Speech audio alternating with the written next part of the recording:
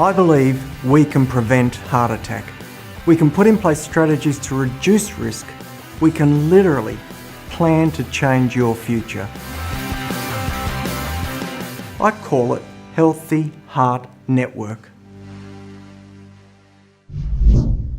Hi, I'm Warwick Bishop and I'd like to welcome you to the Healthy Heart Network. Today, it's my absolute privilege to have the opportunity to interview an accredited practising dietitian, Danielle Toscan. Danielle has a special interest in heart health and cardiovascular diseases, in diabetes, food intolerances and allergies. She is passionate about dispelling the myths surrounding nutrition. Danielle believes that cooking and eating should be enjoyed, not feared.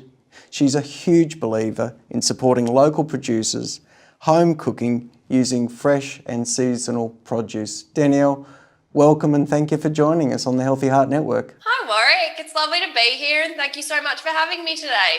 So, I trust you're well, but I'm going to jump straight into the questions. And what I'd like you to do, Danielle, is just tell us a little bit about your practice and what's the main area of interest and the types of patients that you see.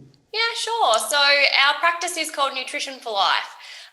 We have been around since 2014 and we see all sorts of patients, but I guess my main areas of interest would be helping people with chronic conditions, particularly those conditions like pre-diabetes and diabetes and cardiovascular disease. So while we have a pretty well-rounded service and help people with all sorts of chronic conditions, they would definitely be a very large percentage of what we see here. I want to pick you up on one of those points, of course, and the reason I'm speaking with you is because I know that you share an interest in cardiovascular disease prevention as I do.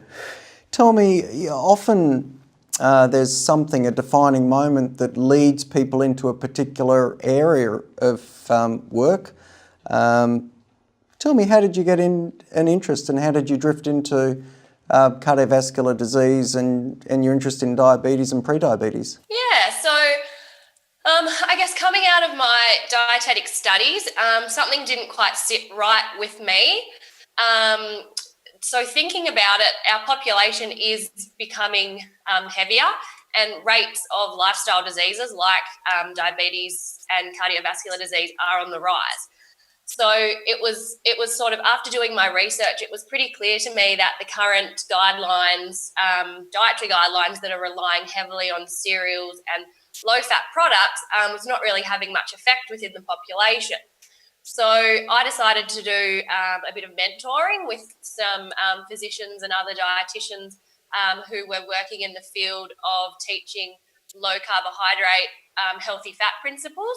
And after doing that and sort of witnessing the results, I was blown away. So basically, like witnessing the fact that this way of eating was like truly changing lives was enough for me to sort of step into that realm and start teaching those principles to and helping as many people as I could. Yeah, look, I can really resonate with that. My own journey, of course, based very much on the guidelines that are put out by the Heart Foundation and the Cardiac Society. So for years, of course, I've followed those and still follow those recommendations, of course, but certainly my observation and experience is that there is clearly a subset of people who respond in a very different way to reducing their carbohydrate, and really it seems to flick a switch for them. It looks clinically like just the right fuel for them, and I think it is it's very important to understand that possibility of tailoring a particular dietary recommendation to a particular patient's situation, and I think that's really what you're saying. What I'd like you to do, because some of the background to that is reduction of carbohydrate, and of course if you're reducing carbohydrate, you have to increase other things like fat and protein. Would you like to share with me a little bit more about how that works and the principles behind it? Yeah, definitely.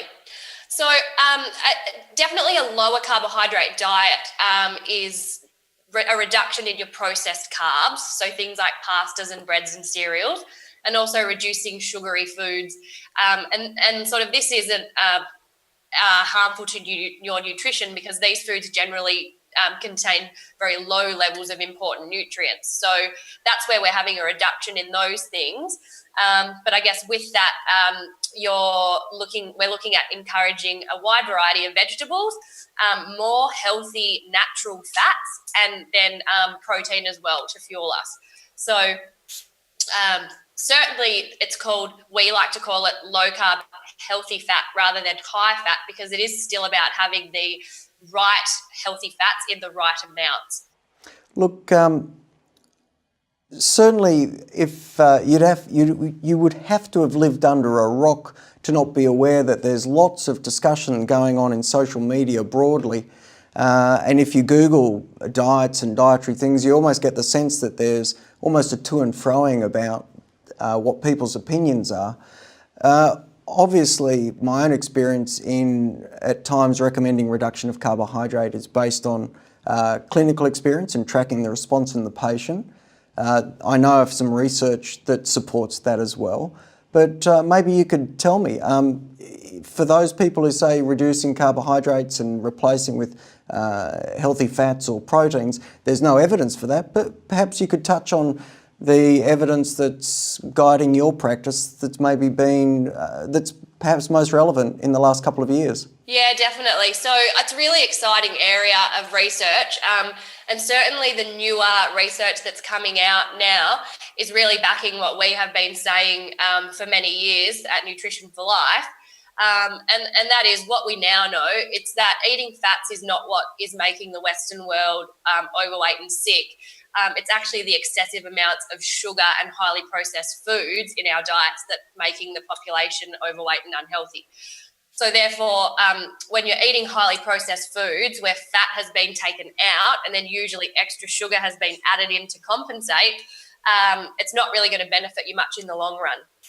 So essentially, if you really work hard at reducing your sugary and processed foods, then we do have a lot more room to move with good, natural, healthy fats, which, we might have completely shied away from them because for so long now we have been told that a low-fat diet is a better approach. But the science is pretty clear. We now know that it's the sugar that's driving inflammation, driving disease. So if we can work hard at getting a reduction there, we do have more room to move and we can eat more of the healthy fats. Sure. Look, I talked about some of the literature, but I'll also touch on the mainstream. You'd be aware, as many of the people watching this would be aware, that in the last year or so there was a very prominent media coverage of a South African sports physiologist, sports physician called Professor Tim Noakes.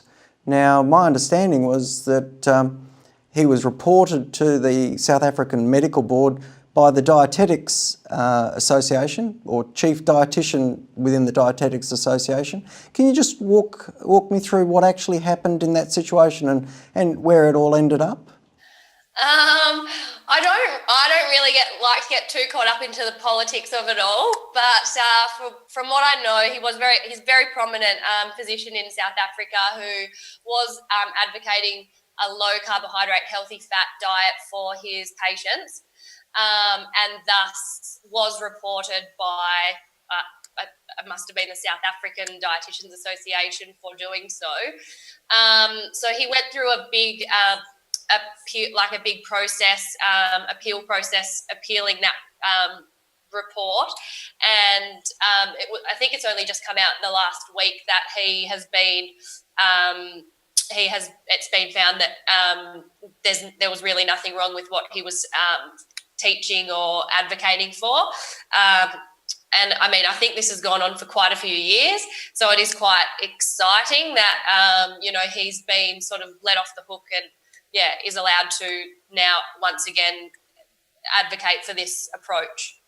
Look, I've followed it a little bit, but what really impressed me about it was that if anyone really wanted to detract from the possibility of reducing carbohydrates and replacing with healthy fats or proteins, then there has been a situation where that way of eating has literally been put on trial and shown not to be detrimental, which I think is it really sort of opens the door to the way we should be thinking about what individual patients' needs are and how individual patients may respond and whether this sort of eating could be appropriate for them.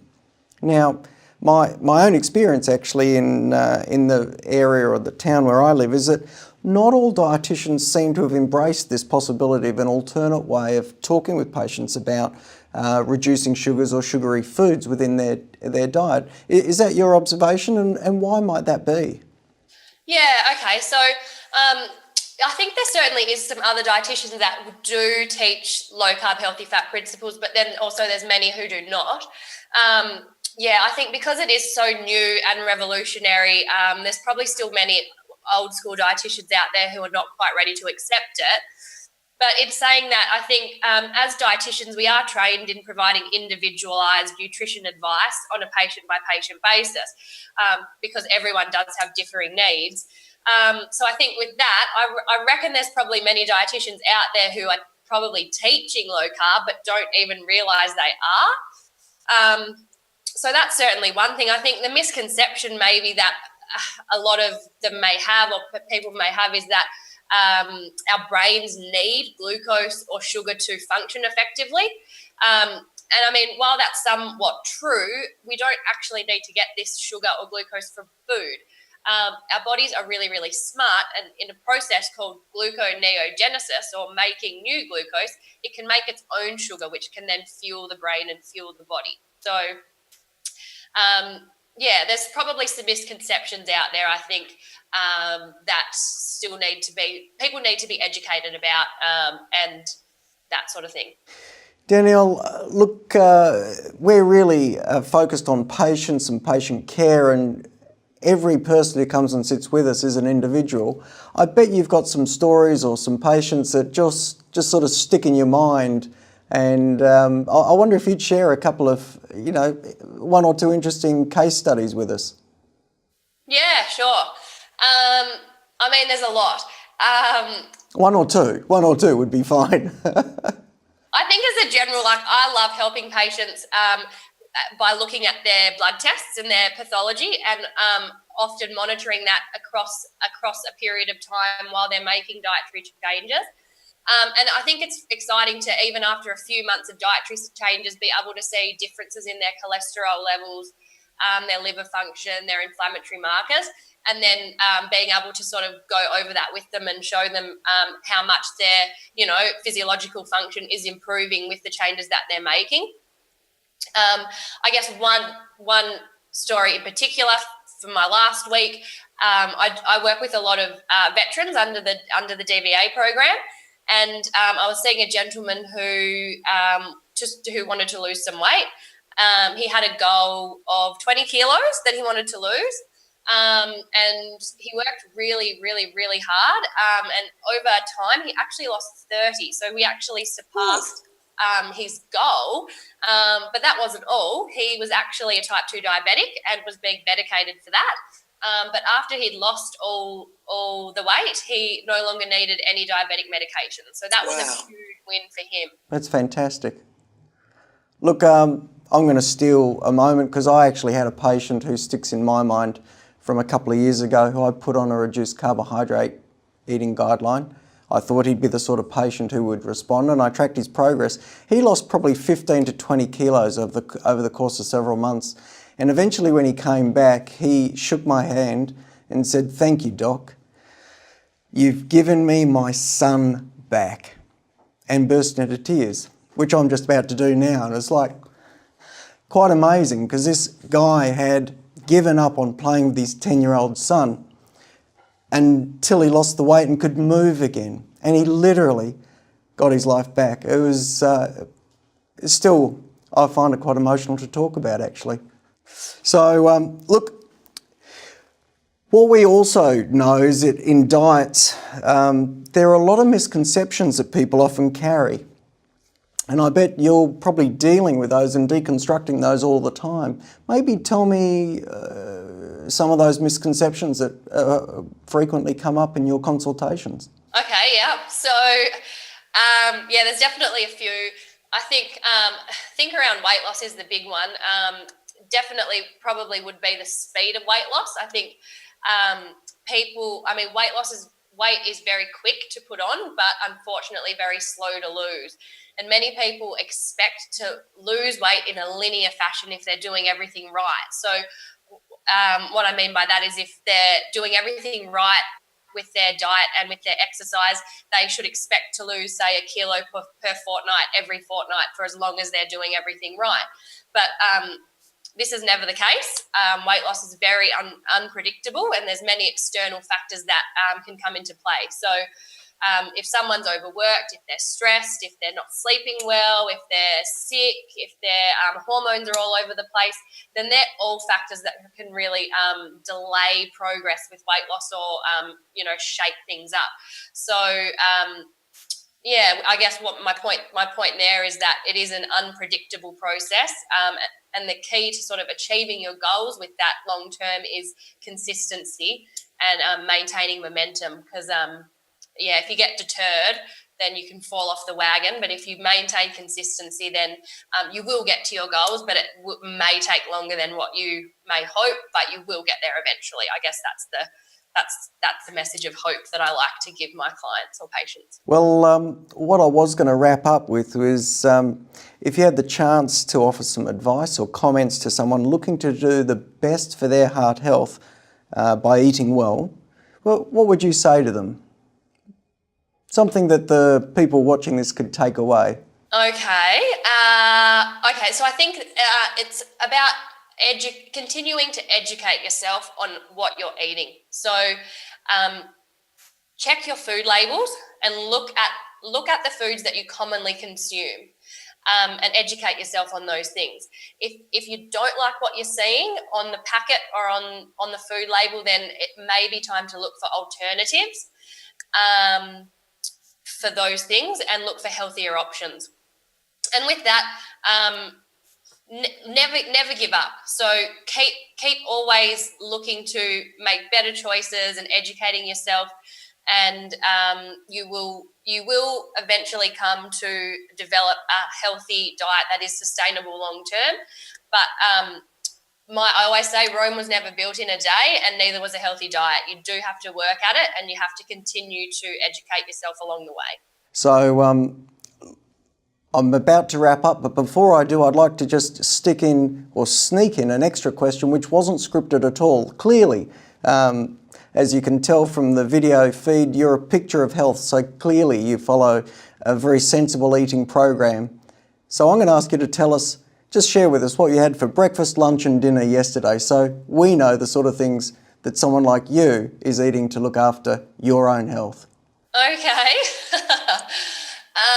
Alrighty, so my breakfast yesterday, I had some granola, which was it's kind of like a muesli, but I make it myself. It's made up of lots of different nuts and seeds, and I usually eat that with Greek yogurt or natural yogurt, and that usually gets me through right till lunchtime. Then my lunch yesterday was chicken soup, so my mum actually made that one for me. Chicken and veg, but that was all right. Doesn't get any better than mum's chicken soup. No, it doesn't. And then on a cold winter's day, it warms you up. And then dinner was salmon, just pan fried with some sweet potato and some asparagus. Sounds absolutely fantastic. Danielle, I'm going to wrap it up there. I really, really appreciate your time, and I really appreciate you sharing today. You've been watching the Healthy Heart Network, and I'm Dr. Warwick Bishop. Want to know more? Grab a copy of my #1 best-selling book, Know Your Real Risk of Heart Attack.